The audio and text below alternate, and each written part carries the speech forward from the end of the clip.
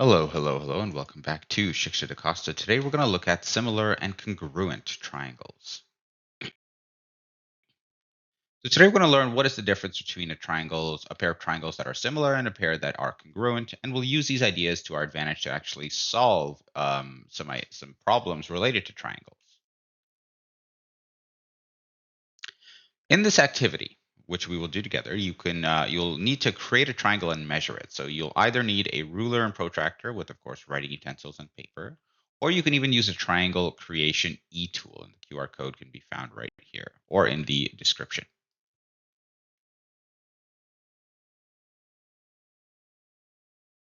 For my part, I decided to use the triangle creation e-tool, and this is sort of what that might look like. So I grabbed these 3 points and I dragged them across the screen, and then on the left here, all of the values were measured. So for example, A, that's right here, that's angle A is 51 degrees.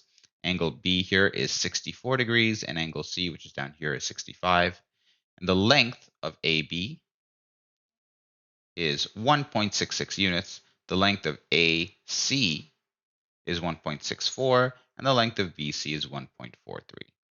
So for your triangle, please go ahead and measure all of its side and all of its angles. If you're using the triangle creation e-tool, that's sort of done for you already. Just record those.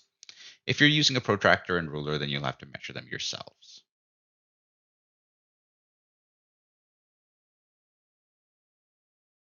For the next part of the activity, choose a number. And this could be any number. It could be a whole number, a decimal, whatever, as long as it's not negative. And multiply every single side length by that number. So we have all of these right here. And in my case, I've chosen the number 4.2.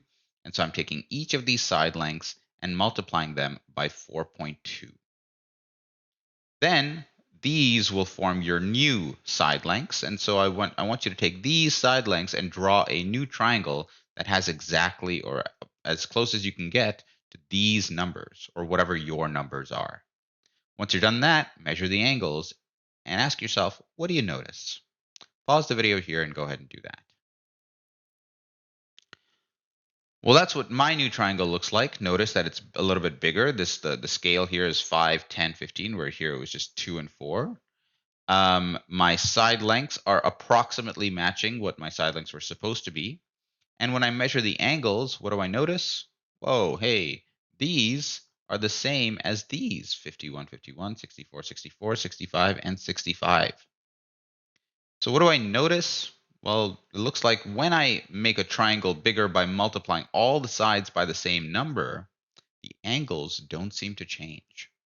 And that the reason for that is because these two are similar triangles. That word similar applies to triangles in this exact fashion.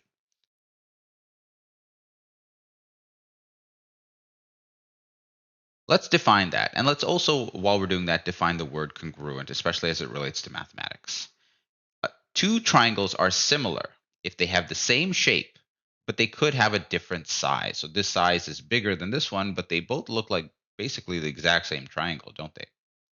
Even if the triangle was a mirror image, it could still be considered similar. Whereas for congruent shapes, they do have the same shape, but they must have the same size as well. Although the image could be a mirror image, the triangle could be rotated. As long as they're basically the same triangle, we can call them congruent. The sides for similar triangles are multiples of each other. So just like we took, or in my case, I took these side lengths and multiplied them all by 4.2. For two similar triangles, the corresponding sides are multiples of each other. So in this case, this side corresponds to this one, and it's 4.2. And all the sides are multiplied by the same number.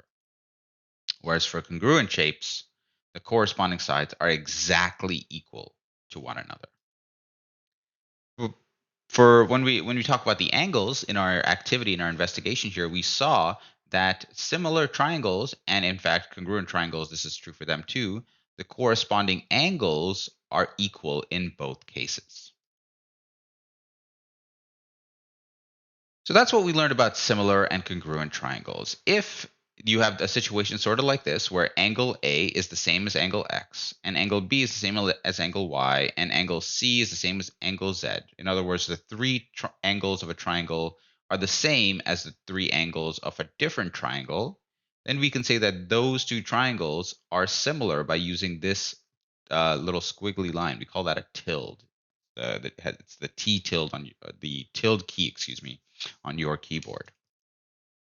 And if those angles are the same and that triangle is similar, that means that the side lengths must be a scalar multiple of each other.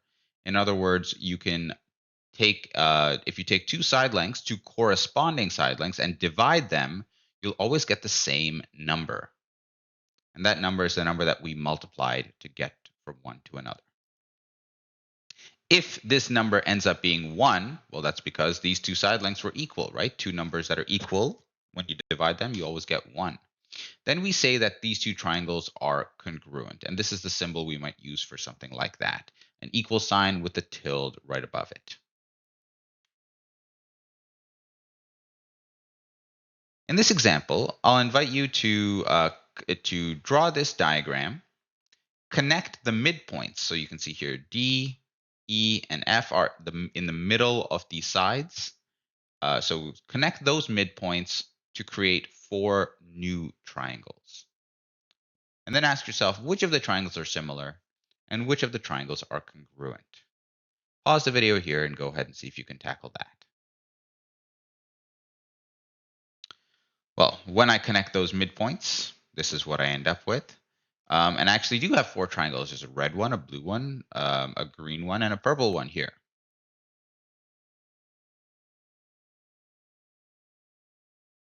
Which of these triangles are similar? Well, if I take this triangle here and I compare it to the green one,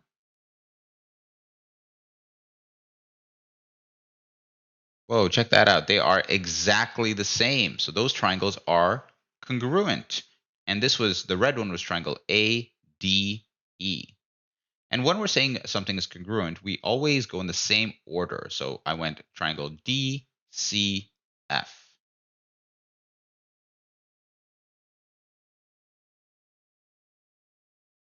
Well, it turns out that also congruent to this is triangle EFB. So I just added that at the end.